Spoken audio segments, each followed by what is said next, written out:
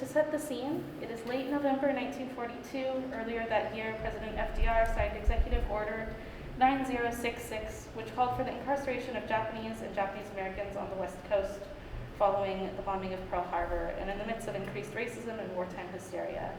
Stanley Hayami has arrived in Heart Mountain, Wyoming, to live in a concentration camp with his parents and siblings, Frank, Sach, and Walt, and he begins a new diary.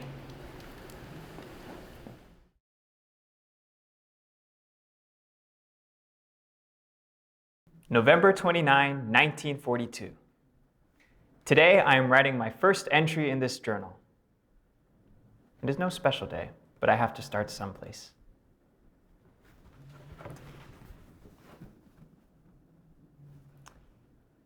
December 1st, 1942. Tuesday. The crunch of the snow underfoot. The barracks with snow covering them with white. I never saw it, touched it until I came here. Today I read in the paper that the French fleet blew itself up. Almost all were sunk by the French themselves, so Germany wouldn't take them and use them against the Allies. It happened at Toulon about Friday, I guess, because our paper's about 4 days late. There were about 60 ships in all. I guess stuff like that eventually goes down in the history books. December 24th, 1942. Doggone it, yesterday was my birthday and I didn't even know it. Today I was saying that it'll be 2 more years before I sign up for the draft when Sach says, "What do you mean, you're 17 now?" So I'm 17 now. I don't feel like it. I mean, I don't feel grown up like some people who are 17. Some are already out in the Pacific or someplace fighting. Yesterday night, I got a Christmas present from someone I don't even know. I got it from a lady named Mrs. C.W. Evans, who lives way over in Menominee, Michigan. I got the present via the Sunday school. A lot of other kids got presents too. Walter, George, and Tomo. The presents came from all over the country. December 25th, 1942. Merry Christmas! Well, I hoped for a white Christmas, and tonight it snowed. This morning I went to church, then went to Nishioka's house with Walt, Tomo, George, and a bunch of other guys. We played games and cards. Nishioka's mother served us cocoa, cake, candy, and soup. We left at about 2 o'clock. We were so full, we could hardly move. Walt and I went home and got our coats because it was beginning to get a little chilly. And then we went to see the football game. The game was between Pomona and Santa Anita, which ended in a 6-6 tie. After the game, we came home, and at about 4 o'clock, we had a nice turkey dinner. Yum, yum. At about 7 o'clock, I went to our mess hall Christmas party. It was lots of fun. We played some games, one in which I had to eat crackers, then whistle. I couldn't even eat one of the 5 crackers. Walt, Frank, and Dick Tanamura sang and played some Hawaiian songs. After the games and entertainment, Santa Claus came, much to the delight and happiness of the kids. George's little sister, Sachi, was so scared when she saw Santa, she cried. Masao and Tadao and some other little kids went up to shake hands with Santa and get some candy and nuts from him. They looked as if they were in a trance. They came back holding up their package and looking intently at it. Then they showed them to everybody. Then they dragged out big boxes filled with presents for everybody. Walter got a book and some socks. Oh, that reminds me. Sach gave me 4 pairs of dress socks. She also gave Frank, Pa, Ma, and Walt socks. I gave Frank and Pa stationery and oranges.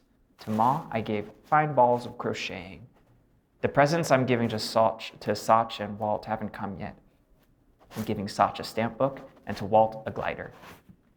I got a bottle of cologne from a woman in South Dakota. Well, that's about it all now. Except that I didn't expect much of this Christmas, and instead I had about the most fun I've ever had.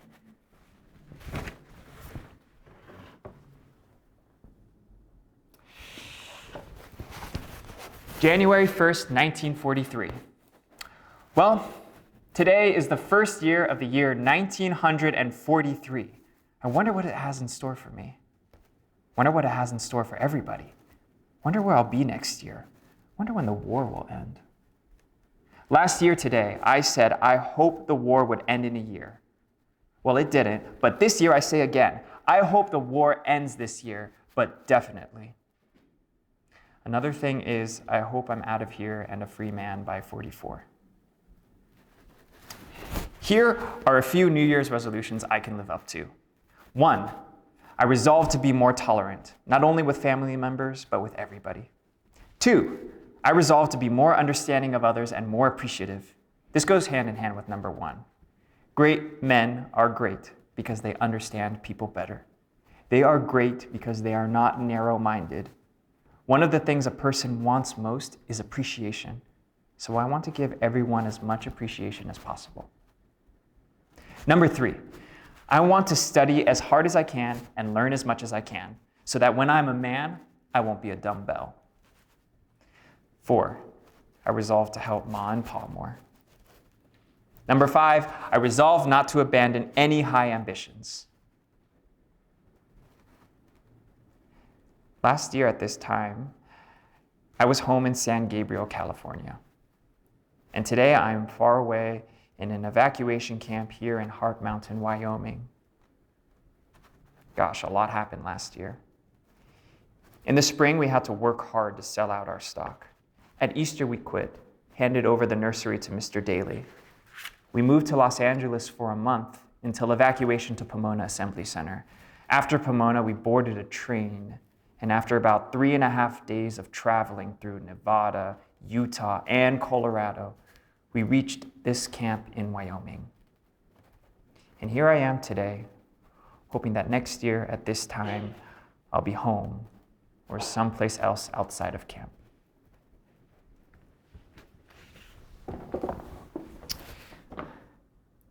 January 10, 1943. Tonight in the shower room, I was talking to a friend of mine, and he seems to have quite a defeatist attitude. He says, "Why study? There's no future here." I answer, "Yeah, but how about when you get out of here?"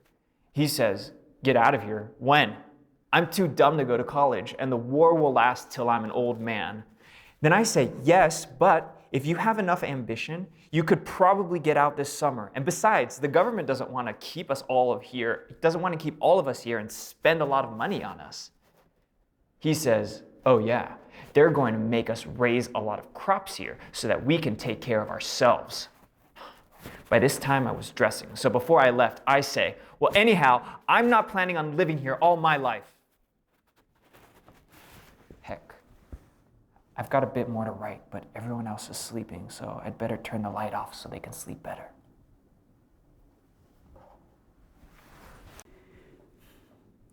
December 1st, 1943. I pray that I will never get to feeling too cocky or superior, or too low or inferior. At present, whenever I feel too superior, I use as my yardstick someone much better. If I feel inferior, I get busy and work to make myself better. I hereby make one of the axioms or laws of my life.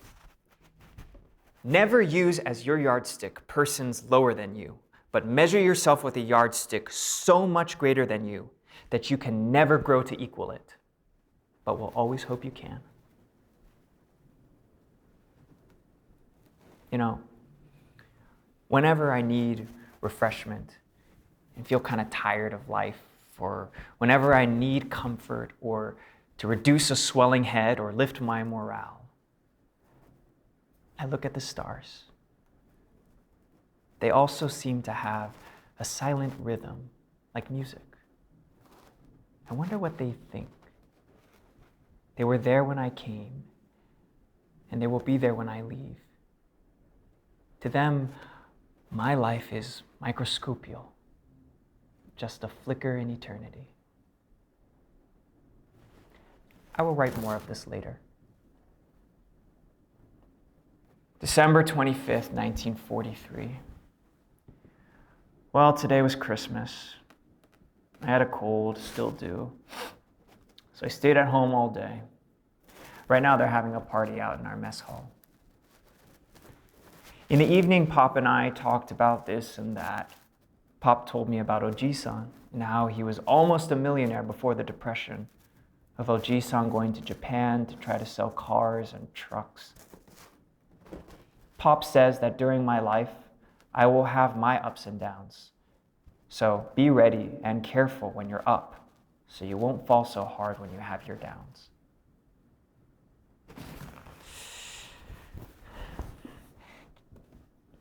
January 7, 1944. Well, here it is, another year already. Hope it will be much better than last year. I'm sorry I haven't written for such a long time, but I've been busy writing essays and studying for tests. Last week I took a physics test.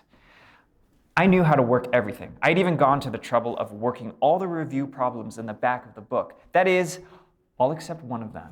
And what happens? That problem happens to be in the test, and I missed it. However, I managed to somehow to work it out and got the answer right, except for a decimal point, and so I got marked off 20 points on that one problem. Sach sent me the watercolor set I sent for. She's going to New York this month. We'll write more on this later. It's about 10:45. January 31st, 1944. New lease on life. Man, I feel swell.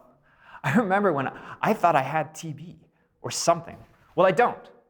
Dr. Robbins looked my x-ray over and told me that there's nothing wrong with my lungs. So I guess I'll go on to college or the army. And I made my mind up about something else too. I'm going into the artist-writer field. And I'm going to be the best artist in this world, even if my IQ is low. And another thing, after I graduate from college, I'm going to bum my way around the world, so the world better watch out. Hayami is going to the top.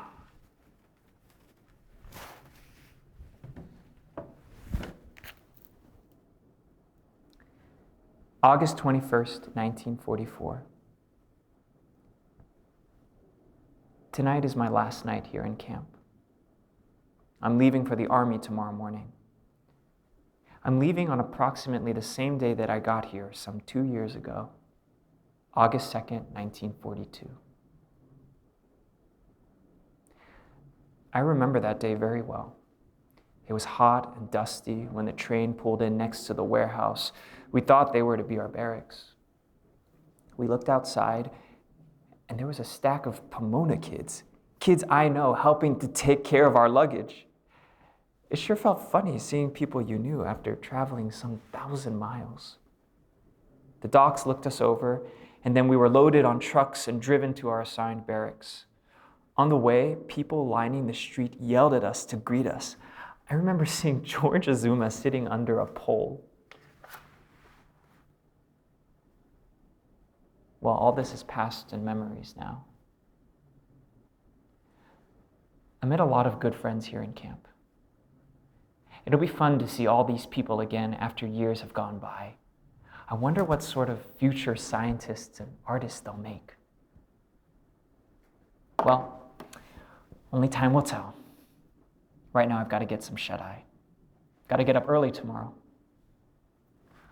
Hope Ma and Pa and Walt and Sach and Frank all stay in sound health and are happy always. Aloha till I write again. It may be a year, it may be sooner, I hope, or maybe 10 years grown.